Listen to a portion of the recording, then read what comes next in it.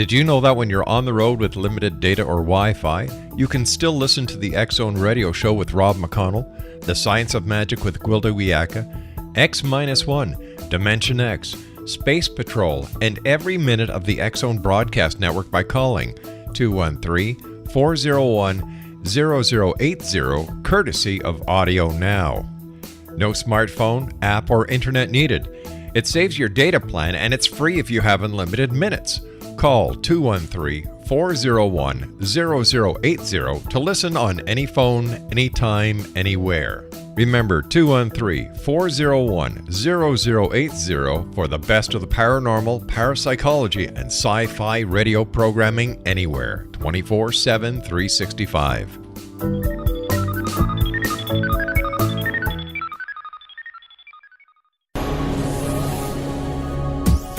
This is the X-Zone Broadcast Network, broadcasting worldwide on broadcast affiliates and satellite program providers, including CNN Broadcast Network, Sirius Satellite Network, Star Media, Good News Radio Network, Angel Broadcast Network, Wiki Broadcast Network, and WPBN TV. For more information on the X-Zone Broadcast Network, visit us at www.xzbn.net.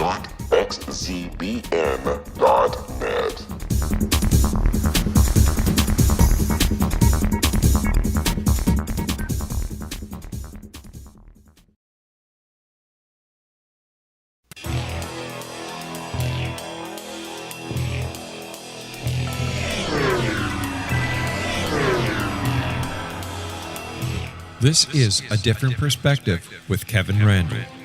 A retired U.S. Lieutenant Colonel, Kevin Randle has been studying UFOs for nearly 50 years. Kevin has investigated some of the most famous UFO cases in the world and has been consulted for dozens of documentaries about UFOs. Considered one of the leading experts into the Roswell UFO crash of 1947, Kevin has written more than 25 books about UFOs, including the recently published Roswell in the 21st Century. Now, here's the host of A Different Perspective, Kevin Randle.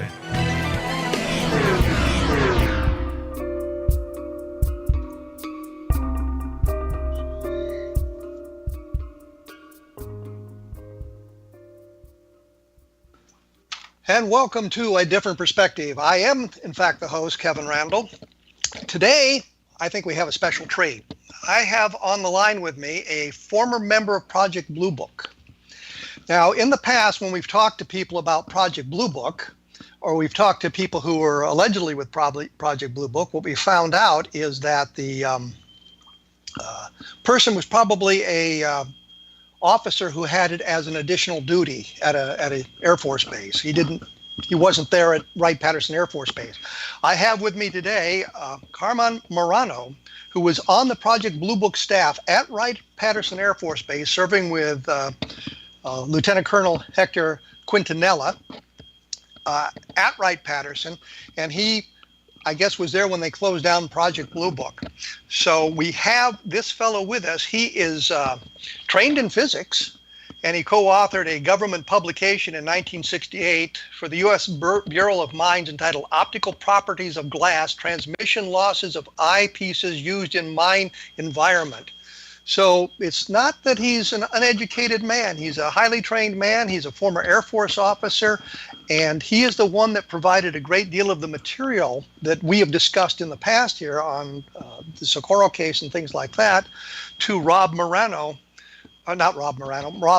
who is with the Miami Valley UFO Society, and we'll be talking to Rob in a couple of weeks. So welcome to the program, Mr. Marano. Thank you, Kevin. Anything I left out there that you'd like to add? I don't know about how highly trained I was or competent, but I'm here. Okay. Well, let me, as I told you, I think when we talked on the phone, I have gotten a number of questions from the listeners about this because they're excited about having someone from Project Blue Book on there. And the very first question, and it's kind of one that's easy to deal with, is how did you become involved with Blue Book? Did you have a choice of duty assignments, or they just say you're going to Project Blue Book and that's the way it is? basically, it was you're going to Project Blue Book, and that's the way it is. I was assigned to Foreign Technology Division in the fall of 1967, and they came over to me and said, hey, we're putting you over in Blue Book. They might have asked me whether I cared or not, but it sounded like an interesting assignment.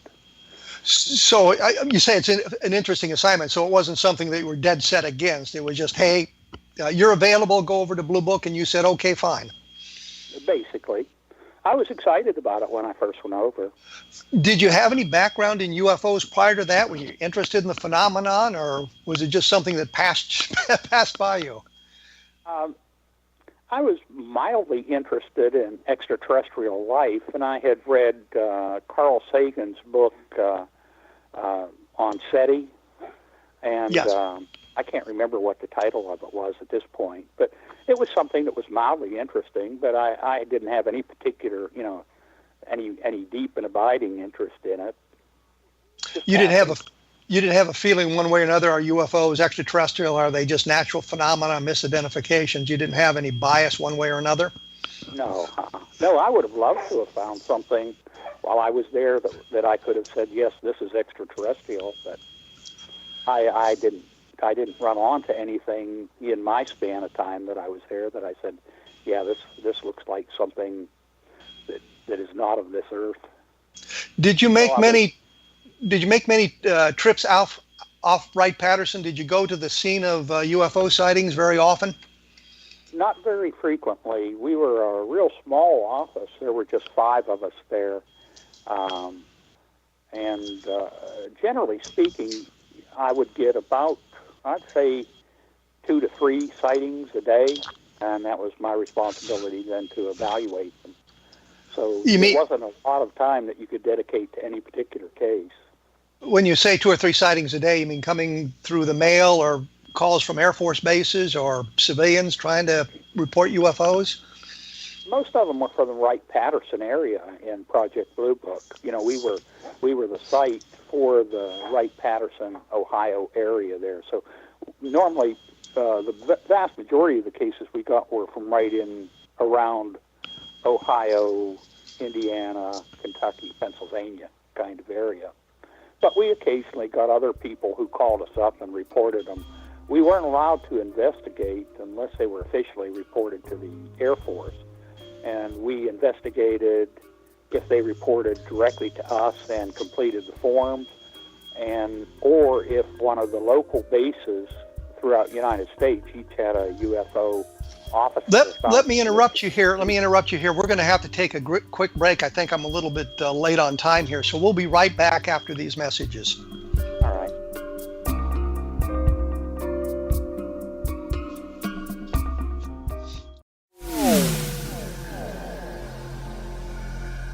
This is Kevin Randle. For nearly 30 years, I have been investigating the case of the Roswell UFO. I have interviewed hundreds of people and stood on the crash site. Now in Roswell in the 21st century, I have reviewed dozens of hours of audio and videotaped interviews, examined hundreds of files that relate to the crash, and have returned to Roswell in an attempt to put all that information into the proper perspective. For the first time in Roswell in the 21st century, I have made a dispassionate reevaluation of all that material and provide a new look at what happened. This is a book that clears away all the clutter that has hidden the truth for so long, strips away the various lies that surround the case, exposes the Air Force attempts at cover-up, and found a core of solid information that tells us all where the case stands today. Roswell in the 21st century will be available in just a few weeks. For more information, please visit my website at www.kevinrandle.blogspot.com.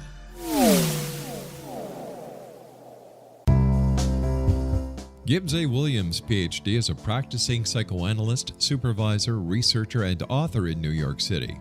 Much of his life has been dedicated to understanding nature and the uses of meaningful coincidences or synchronicities. His radical and original non-Jungian, non-mystical, non-magical theory of synchronicities illuminates much of the fog surrounding this challenging and perplexing topic. His ideas and manners are fresh, presented in a style that is both entertaining and highly informative. He is also an expert on crisis intervention, specially focused on violence reduction for the police and citizens, mastering anxiety, frustration, and stress without the use of medication, and effectively preventing and treating heroin addiction. Dr. Williams can be contacted at his email address at gwwilliamsny11@aol.com or visit his website at www.drgibbswilliams.com.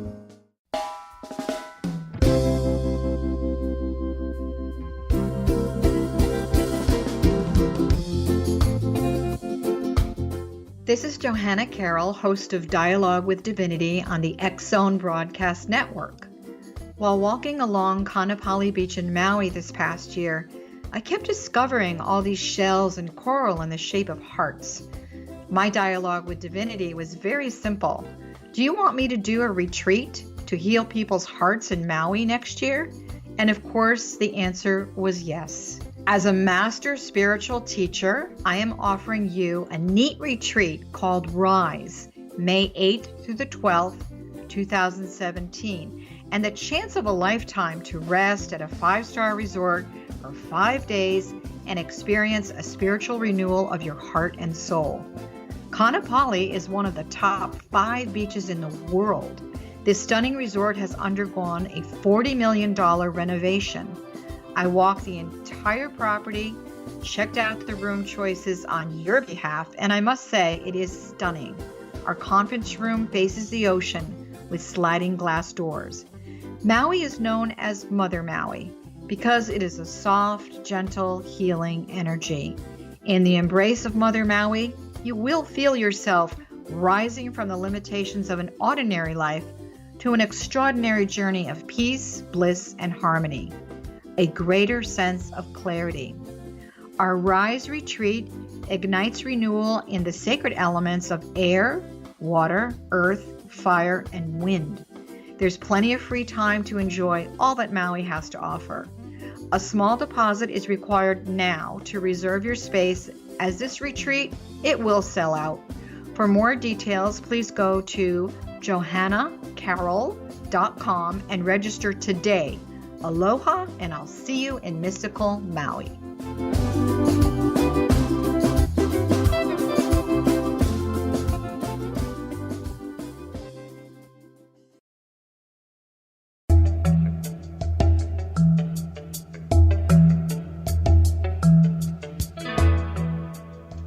And we are back with CARMON MARANO, who was a Project Blue Book officer at the end of the term of Project Blue Book, and we were talking about how he, or Project Blue Book, received the cases that they looked into back there in the late 1960s. So you were saying you mainly got your reports from the area around Project Wright-Patterson Air Force Base as opposed to Project Blue Book.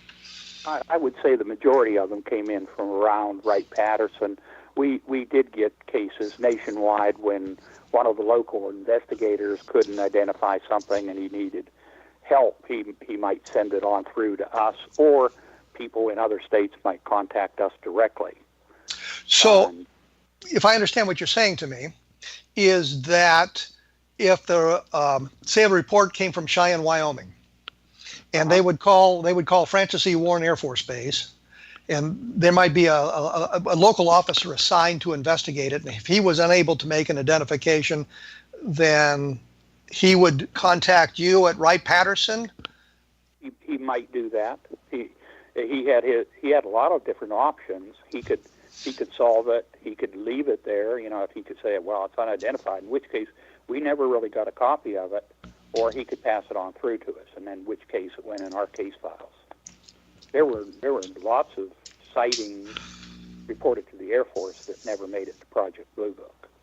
When you say reported to the Air Force, do you mean to ATIC or just to an Air Force base?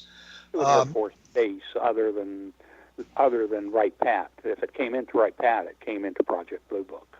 Okay, so you were the guys to investigate if it was a report into Wright-Pat, but there were other guys assigned around the country as an additional duty as the UFO officer. That's correct.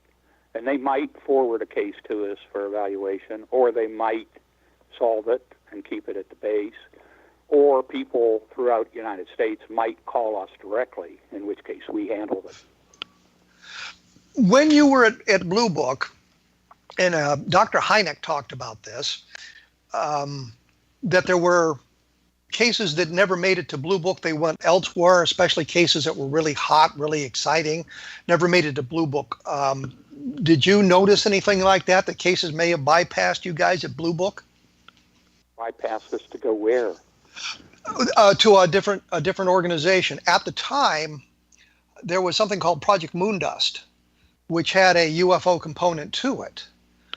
And in fact, there's a number of cases in the Project Blue Book files dated from 1960 marked Project Moondust. And so there's always been this idea that there was another organization somewhere that investigated these things. Hynek alluded to it. I think there was a General Bolander in a memo said that some cases were not part of the Blue Book system. So were you aware of anything like that, or? No, I wasn't aware of anything like that. I'm not, if they got involved, I never saw any evidence there was any external organization involved in anything that I received. Nor was I aware of any sighting that bypassed us to go to a higher level, if you will, for evaluation. So I'm not aware of anything like that. General Exxon, who was the base commander there, and for people who don't understand the military, the base commander is not the guy in charge of everything. He's commander of the facilities. He's like a mayor. And in fact, in the Army, they now call it the mayor's cell. The base commander there in the 1960s was a fellow named Arthur Exxon, General Exxon, who I talked to a couple of times.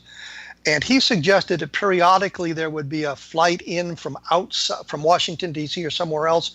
The guys would come into Wright Field, and then he would dispatch them off into UFO investigations.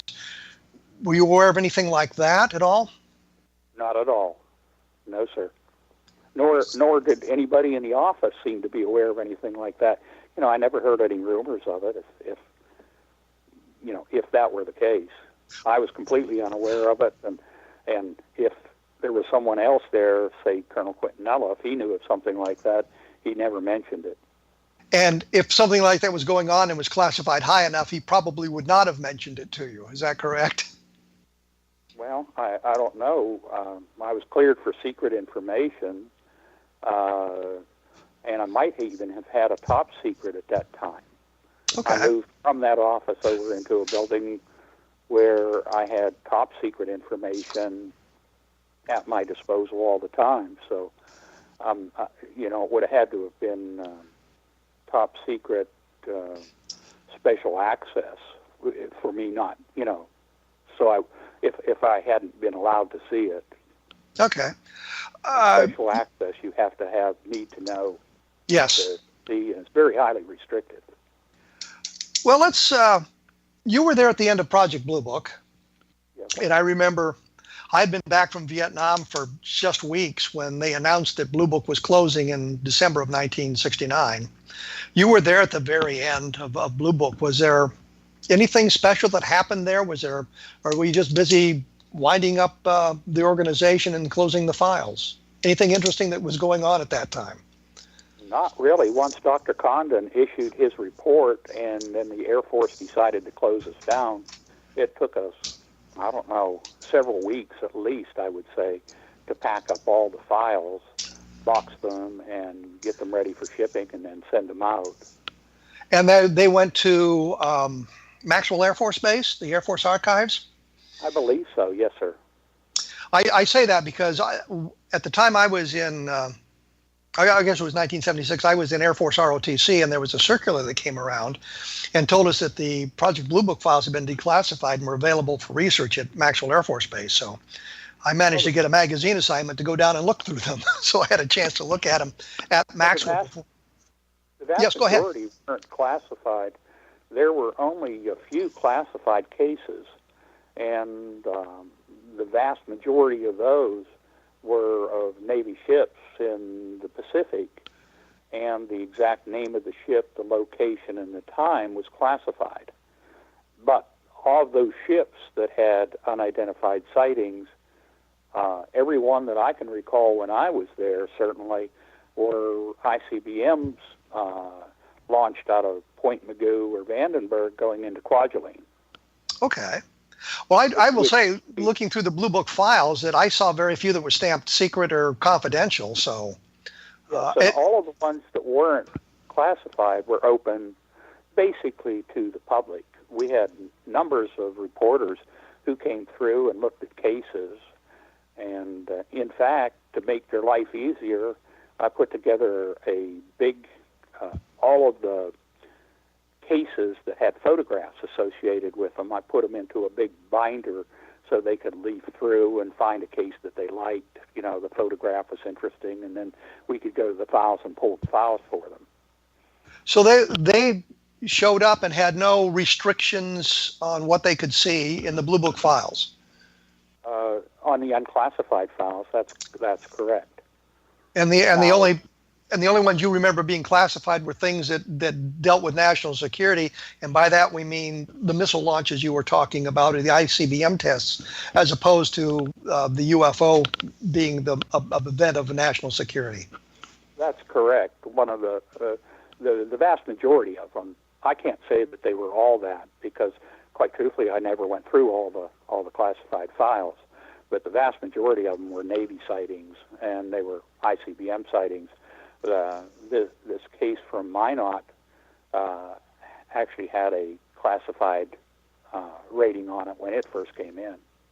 And this is Minot in 1968. Yes, that's correct. Which was a ground visual, a radar sighting, and some other components like that were very interesting. And I think I mentioned I was looking at my book, Project Blue Book Exposed, reading that so I would be conversant with it so we could talk about that a little bit. And I came across your name a couple of times, having produced memos for the records or things like that about what was going on in the investigation. But you never went to Minot yourself. You dealt with the officers there at Minot who were investigating it and talked to them on the telephone. Is that correct? That's correct. I don't remember if Colonel Quintanilla went up there. I don't think he did. But Colonel Quintanilla handled the evaluation on that particular case. Okay. Well, I think based on what's in the file, he didn't go either. He talked to a number of the officers there at the base, and at the base at Minot himself on the telephone as well.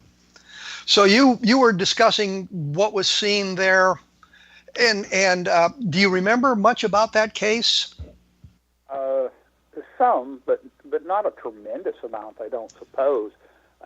My recollection of the case was it was extremely confusing that there was a local UFO investigator out there at the base who was handling it, and we would get information in about who saw what and where were they in increments, and sometimes the information that was previously provided and then subsequently provided on the forms by the person himself were in conflict. And I know from my standpoint, one of the biggest problems that I had with that case was that there were so many people involved, and the information that I was provided, I couldn't figure out where they were on the map and what direction they were looking and exactly what time they were. So I didn't know, in many ways, I kept finding out different people as time went on, and I couldn't tell where they were and what direction they were looking. So we've got, in this case, we've got people on the ground, I think some maintenance people involved, some people at a missile silo area involved, we have people in the tower involved, and we have a B-52 crew who were involved. There's a radar component, meaning the object was seen on radar, and so it. For anybody in a tower being involved other than relaying traffic, I don't remember citing from the tower folks, but maybe I've forgotten it. There seemed to be a group in the tower who were directing the B-52 crew where to look to see the objects. An orange object, I think, is how they described it. Yeah, I can remember that the tower directing the B-52, but I don't remember that the tower saw anything. Then we'll say for the sake of clarity, we'll say that the tower was involved in the fact that they were communicating with the B-52 about it, and they were relaying information about maybe what would seen. And one of the things that struck me about this is in the case file, there's a mention of a radar sighting, and it says weather's radar as opposed to weather radar. And it was very confusing, and I always wondered if there was a site at Minot called Weathers, which had a radar facility. Do you remember anything like that at all? I realize we're going back 50 years to try to figure this out. I don't think so. And, my recollection, again, it's been a long, long time, but I don't remember a second radar being involved in the sighting. They had the radar on the aircraft, on the B-52, and it picked up an item, what they considered to be an unidentified object, and it followed them for some extended period of time. Well, let's do this. When we come back, we'll see if we can figure out this radar component of it, and talk a little bit about more about this. On my blog, I often put up information that is consistent with what we're talking about on the program for a little bit more information about what's going on. So that's www.kevinrandle.blogspot.com. So if you want additional information, you can take a look there. We will be back right after this.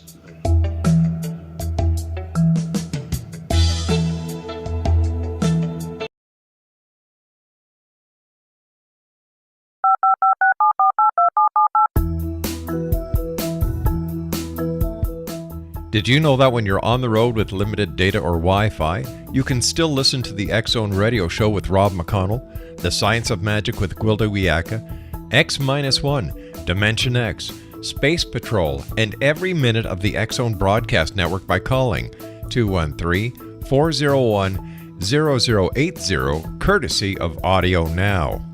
No smartphone, app, or internet needed. It saves your data plan, and it's free if you have unlimited minutes.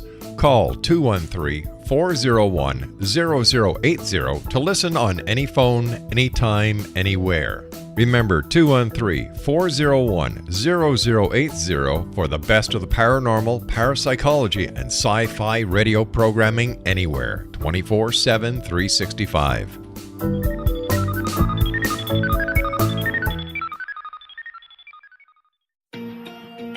Wouldn't you love to know the secret to everything? Well then, meet Dr. Kimberly McGeorge and her cutting-edge breakthrough knowledge that combines science with possibility. Dr. Kimberly brings real-life answers and healing to those open to alternative solutions. She teaches solution-based programs and classes that will change all areas of your life forever. Specializing in conscious creation, intuitive readings, and energy medicine, you can rapidly shift health, relationships, business, and money and abundance challenges quickly. Receive her best-selling book, Secret to Everything, at no cost by going to secrettoeverything.com/X-Zone. That's right, transformation can start now. Just go to secrettoeverything.com/X-Zone and receive Dr. Kimberly's book for free.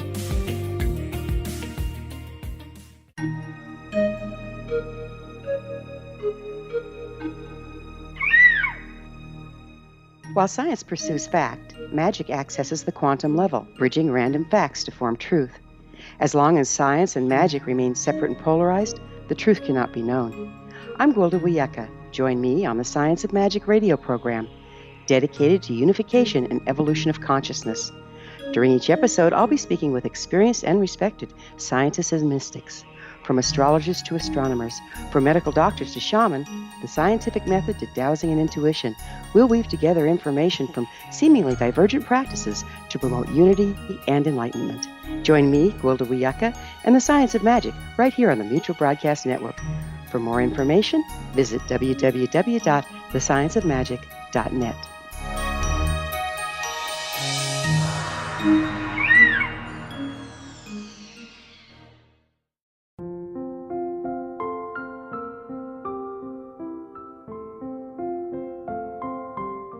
I am Dr. Carl O'Helvey, founder, president of a new cancer foundation focusing on evidence-based physical, mental, and spiritual interventions including natural cancer cures, prayer, meditation, affirmations, nutrition, and other related holistic cancer prevention and cure modalities.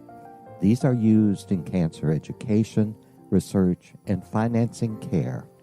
I ask for your help to continue this important work by donating at www.holisticcancerfoundation.com.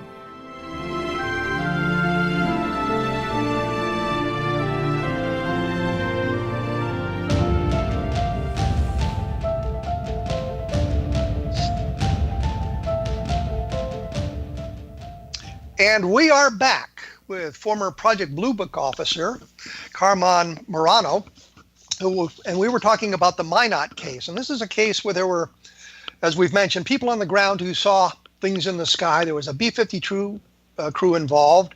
There was a radar component to the sighting, and I'm with Mr.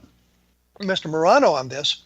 I can't really figure out the radar component either, because there are notes in the file that suggest there was a ground-based radar, but the radar is called Weather's radar, and you wonder if this is a weather radar that's part of the equipment in the B-52, or if this is a sight on the ground. And I couldn't figure out whether there were two radars involved or not. There was also another component where the aircraft reported a failure of the communication system in the radar for a period of time when the UFO seemed to be close to them. So we've got all these things going on, and we've got the guy here who investigated it and came up with some solutions for it. So we were talking about the radars. I think when we talked about this a couple of weeks ago, you mentioned that there were two radar systems on the B-52 at the time. Yes, that's my understanding. My understanding is in the front of the B-52, you have a weather slash what is the name for it? A weather radar. Out forward, they're doing their tracking, their guidance kind of thing. So yes, it's a weather slash tracking kind of radar in the front end of the plane, and then in the back end of the plane they have a higher frequency radar that does tracking. My recollection of the B-52 is it had big twin machine guns coming out the tail of it. And I believe on the ground, sometimes if they left that radar on, it was quite disconcerting if you walked by the back end of the B-52 and those big machine guns tracked you as you walked across. Yeah, I was going to say that on the helicopters we had a high frequency antennas on some of them, and if the radio was on, you could get burns if you got too close to it. But it was nothing like the guns tracking you as you walked by the B-52. Yeah, I've never been around a B-52 much. I've seen them in the air, but that's my understanding of it. And I had asked my brother, who flew on B-52s, whether both radars were typically on, and he never gave me a definitive answer. My takeaway from it was generally, yes, they were on, but they didn't have to both be on at the same time. So we've got this sighting going on at Minot. What conclusions did you draw about that? Well, my conclusion was it was extremely confusing that there were so many people involved. The radar sighting was probably, from the aircraft, was probably the most sensational portion of it. And that, we got the tapes of that sighting at Wright-Patterson, and I sent it over to Foreign Technology Division to their radar analysis group. And their group, my recollection was their group came back and said they thought it was a radar malfunction. Okay. So, I was looking at the write-up on this thing to see if I had explained what it was either in there, because there were a number of different explanations for the the ground visual sightings, and one of them was the star Vega. One of them, I think, was Sirius, and there was some of the sightings. It seemed to me, I glanced over that case after you and I talked, and at one point it implied that people on the ground couldn't see the stars. That was not the information that I had at the time or was working from, and that it was clear on the ground. My recollection, again, so long ago, that it was slightly foggy on the ground, and so on the ground itself, visual sighting was a little difficult at times. But when I remember that on the forms that I did get back, where I could figure out where they were looking at, where they saw an object, particularly for a light for an extended period of time. When I plotted up on the star chart, I kept coming up with, in those general areas where they were looking, either Vega, or I'm sorry, Sirius. I don't know what the second one was, but I know Mercury or Venus and Sirius were the two big ones that people would see stars and misidentify them. And I'll break in here and say that I am astonished by the number of people who are fooled by Venus, especially when it's at its brightest. And they will see lights coming down from it and think there's searchlights playing across the ground and all kinds of things like that. And I've investigated any number of cases where what they were looking at was Venus at its brightest and being fooled by it. And I'm just stunned that people are fooled by Venus, even in today's environment, but they certainly are.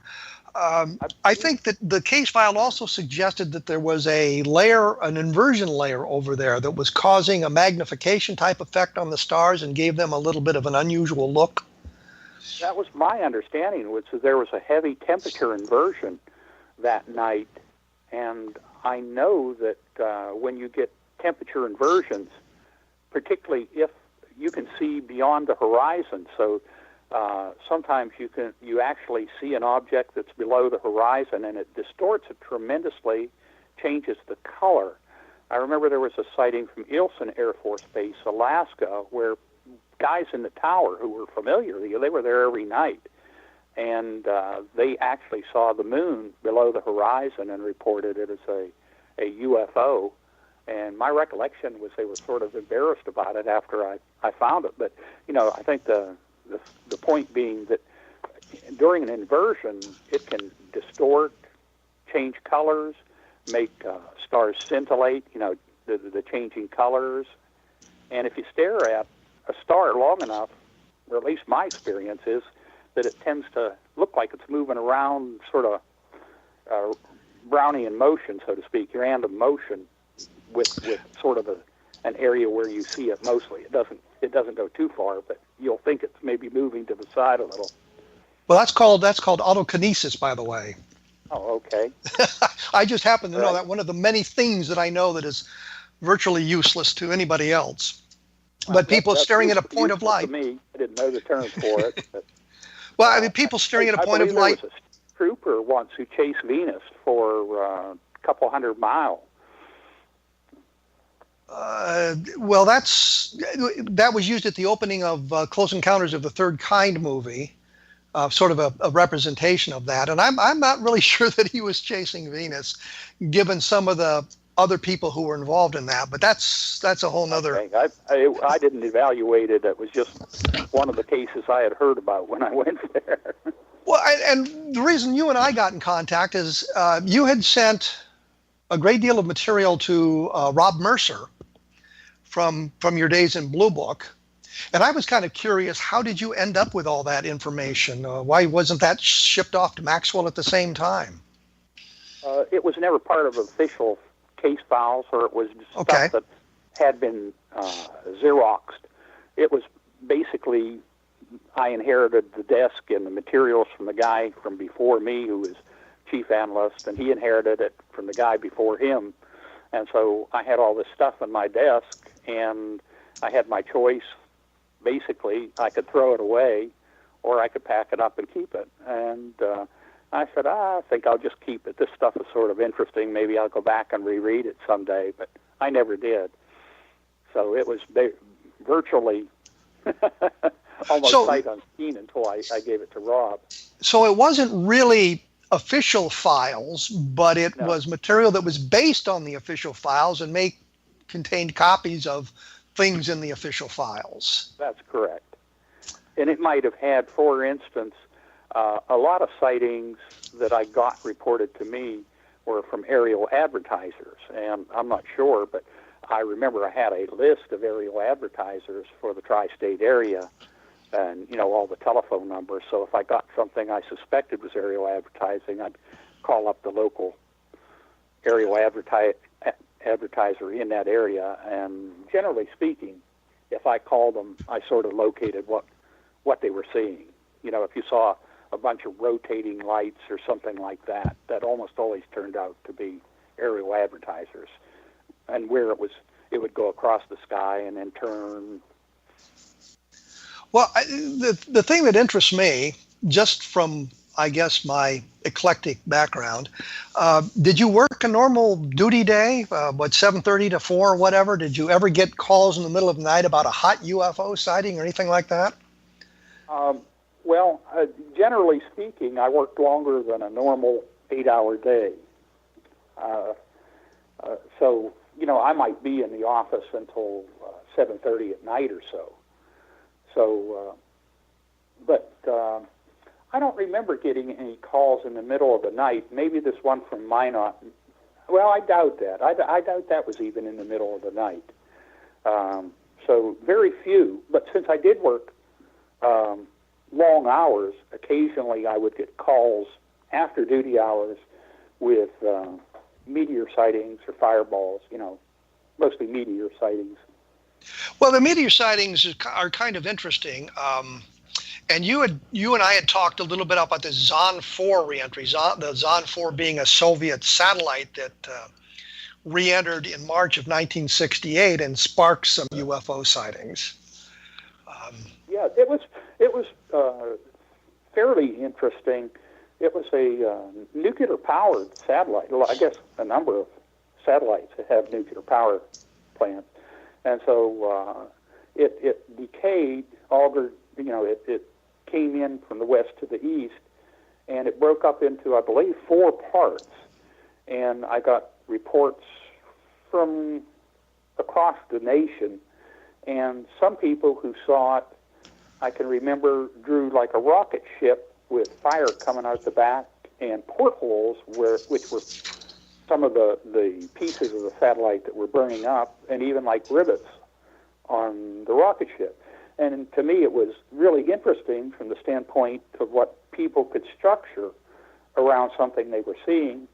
And they were being perfectly honest to me. That's what they thought they saw. That they had structured, like the fins on the rocket ship and the rivets. And I know Dr. Condon, in his report, I'm pretty sure he cited that Zond 4 case as one of the best, or possibly the best documented case that we had in our files.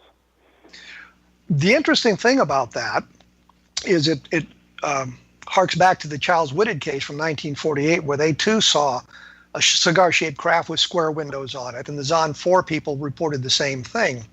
I looked at something called Meteor Compilation on YouTube, and it showed the breakup of meteors as they came in. People have been able to see or videotape, which struck me as probably the inspiration for some of these things, the way they broke up and came down.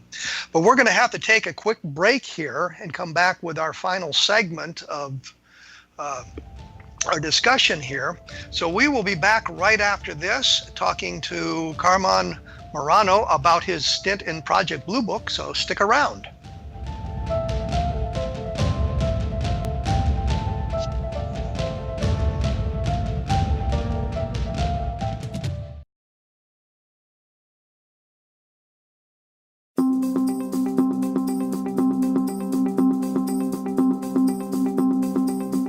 As host of Dialogue with Divinity, I am thrilled to join the X Zone Broadcast Network and their growing number of affiliates. My quest for a connection to the divine ignited my successful career path as an international spiritual counselor for over 40 years, an author of 4 books, and well-known metaphysical educator. My clients call me their spiritual mama. So my job is to offer you a radio show to help you grow spiritually with wisdom and get specific tools from guests who are experts in their field. Tune in to Dialogue with Divinity and be part of the conversation with Spirit. My goal, your happy soul. For more information, please visit my website at johannacarroll.com.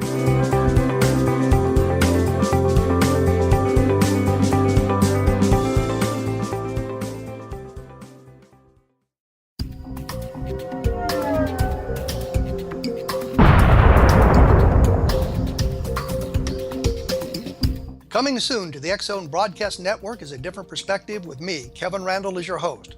We'll be taking a close look at what is happening in the world of UFOs today with side trips into the paranormal. Guests will range from those who are household names to those who have a different perspective on a variety of topics. No topic will be taboo, but there will be tough questions asked as we all search for the truth about UFOs, the paranormal, and those things that excite us. Sometimes we'll agree with a guest and sometimes we won't, but we'll try to keep the program topical. For those of you who like to read, be sure to visit www.kevinrandle.blogspot.com and remember to listen to the other fine programs on the X-Zone Broadcast Network at www.xzbn.net.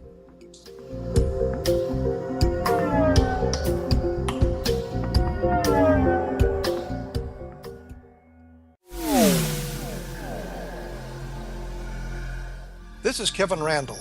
For nearly 30 years, I have been investigating the case of the Roswell UFO. I have interviewed hundreds of people and stood on the crash site.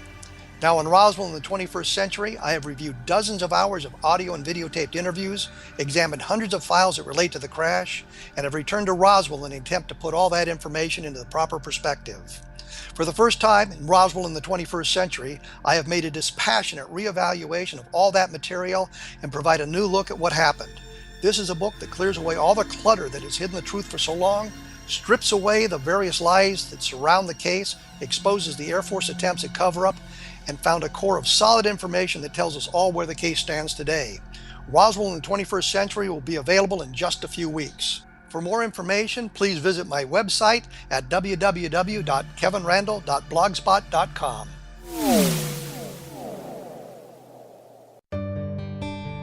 Afterlife expert Roberta Grimes was the first one to say that dying can be fun. Now her best-selling book, The Fun of Dying, is available in stores worldwide. So if you wonder whether death ends life, how it feels to die, or what heaven might be like, The Fun of Dying was written for you. And if you have always been afraid of death, or if you worry that your life has no meaning, let The Fun of Dying ease your fears and bring new meaning to your life. Nothing said in The Fun of Dying is based on the teachings of any religion. Instead, Roberta draws on evidence to explain how death happens, how it feels, and what comes next.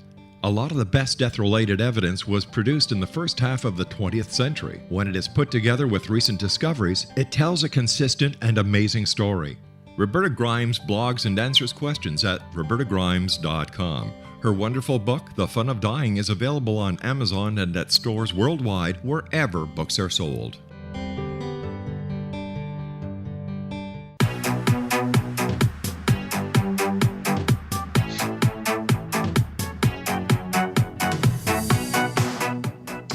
And we are back for the final segment here. We're talking to Carmon Marano,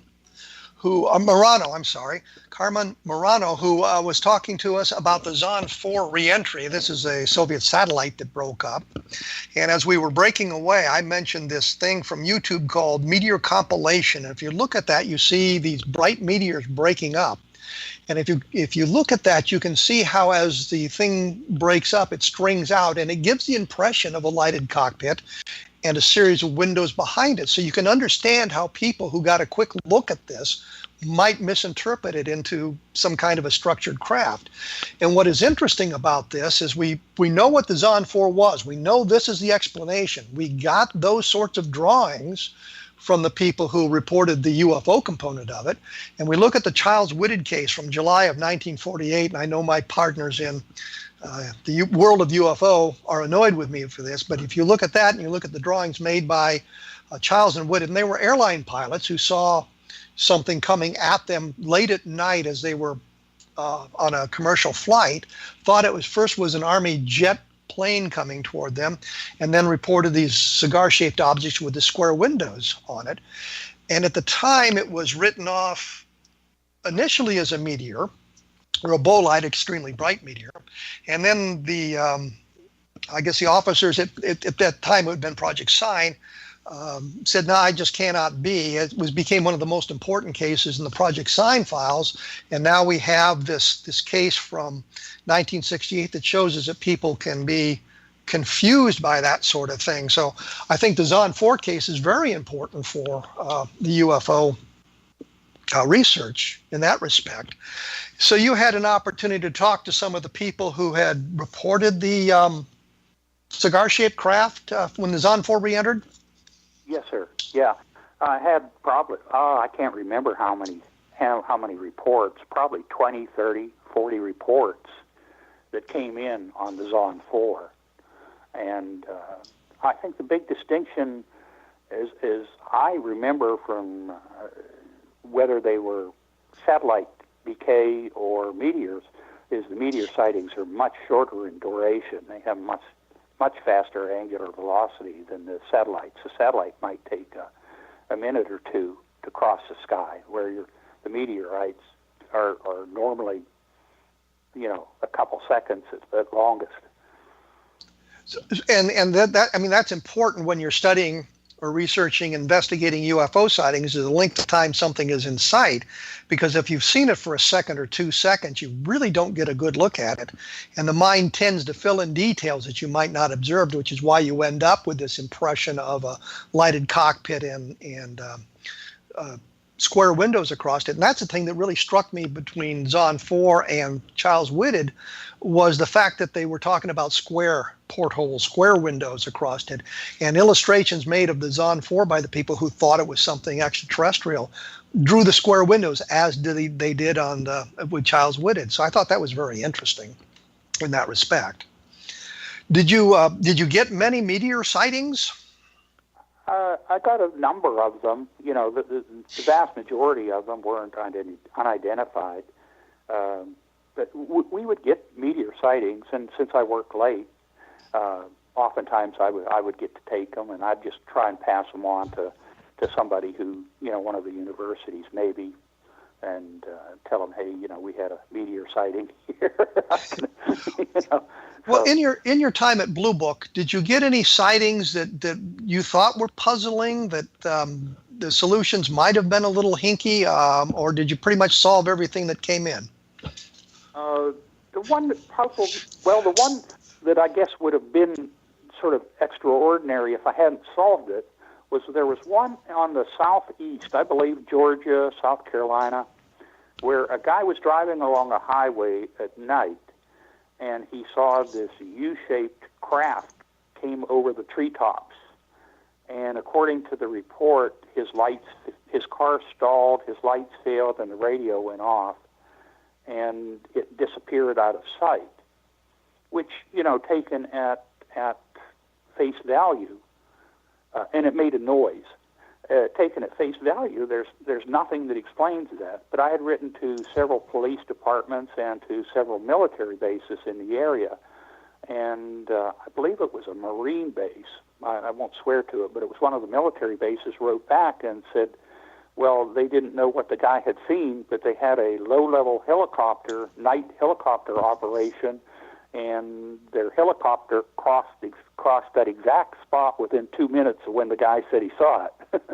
And it was a UH-60, perhaps the one that has the propellers at both ends. Well, the Marines had a CH-46, I believe, which they called the Flying Banana, and the Army had the CH-47, which was the Chinook. We called it something else, which we cannot say on the radio. Okay. But it had the rotors at both ends as well. How did you explain?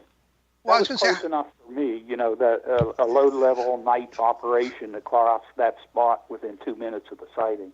And I think the guy reported what he honestly thought he saw, but I think that he basically stalled out or turned off his own car and turned off the lights and radio so he could hear and see better.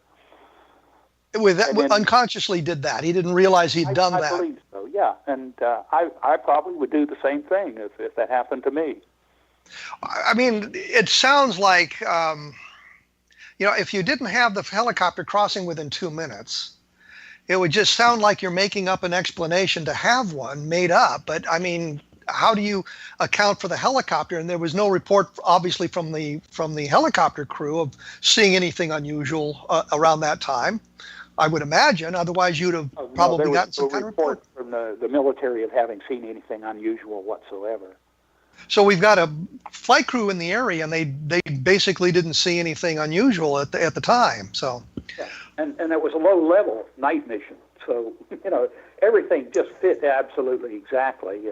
And if it hadn't been for that base responding to me, I would have had to have marked that unidentified. Did you personally mark any unidentified? I had several that were unidentified, but not very many. I had one that was sort of strange. Was two ministers over Florida. They were flying an airplane sort of going south, and they were over a military base somewhere in central Florida, and they said they thought somebody fired a surface-to-air missile at them. And they said the light came up at them and then basically got in back of them. And they continued to fly into Miami. I believe it was Miami, I'm sure, into Miami. And the controllers at Miami, they said, called them on the radio and said, hey, can you check back behind you because we've got an unidentified paint back there. And they said they looked back there and couldn't find anything. They couldn't see anything. And they continued on approach and landed. I wrote to Miami and asked them for their records for that night, whether they had seen anything unusual, tracked anything unusual, if there was any log on it. And they wrote back and said, no, they didn't have anything in the log to substantiate it. But one, given that it was two ministers in an airplane, and two, I have no idea what they could have seen coming up from the ground toward them, nor what the tower apparently painted behind them. I had no idea, so I made it unidentified. So, but it basically turns out it's a radar sighting and a visual sighting. So yeah. You've got instrumentality involved, and you've got two fairly reliable sources saying they had seen something extremely unusual. So you did have some unidentified cases that may have a natural phenomenon or some kind of a explanation, a terrestrially based explanation, but it also could be something else as well. You just don't have a good explanation for it. Yeah, and I know that people think that we debugged the cases, but we didn't do that intentionally. We just simply looked at something and said, most probably this is what it was. We didn't say it definitely was that, but in our opinion, that's what it was. In fact, I was looking at that Minot case just a little bit in the ground sightings, and in what I read, just in glancing over it, I was scratching my head saying, I wonder if some of these sightings that they saw that night that looked so unusual, the visuals, weren't garment bag hot air balloons, and instead of seeing it for 15 minutes, they saw 3 of them. It would, because they would see it and it would disappear, and then they'd see it again. So you might actually be seeing multiple items. And the garment bag hot air balloons, they're weird. They're very Yes, and back in 1968, there were a lot of people launching those garment bag hot air balloons. Yeah, and that would explain, I think, why some of those people say they saw multiple brighter lights within the light, like yes. portholes, why they saw sort of like sparks that came off and went down from the item. But I don't know why that didn't occur. Well, I think most of the reason it didn't occur to me at the time, either I looked at it and said, no, they saw it way too long for a garment bag hot air balloon, or that I thought they could see the stars. Now, I did see in one of those write-ups, they said, no, you couldn't see the stars that night. But well, I hate to interrupt you again, but we're running out of time. This has been absolutely fascinating, getting a look at the inside of Project Blue Book. For those of you who would like more information about this, take a look at www.kevinrandle.blogspot.com, and we will have more information available for you. And we will return in about 167 hours with another guest talking about things from a different perspective. Thank you for tuning in.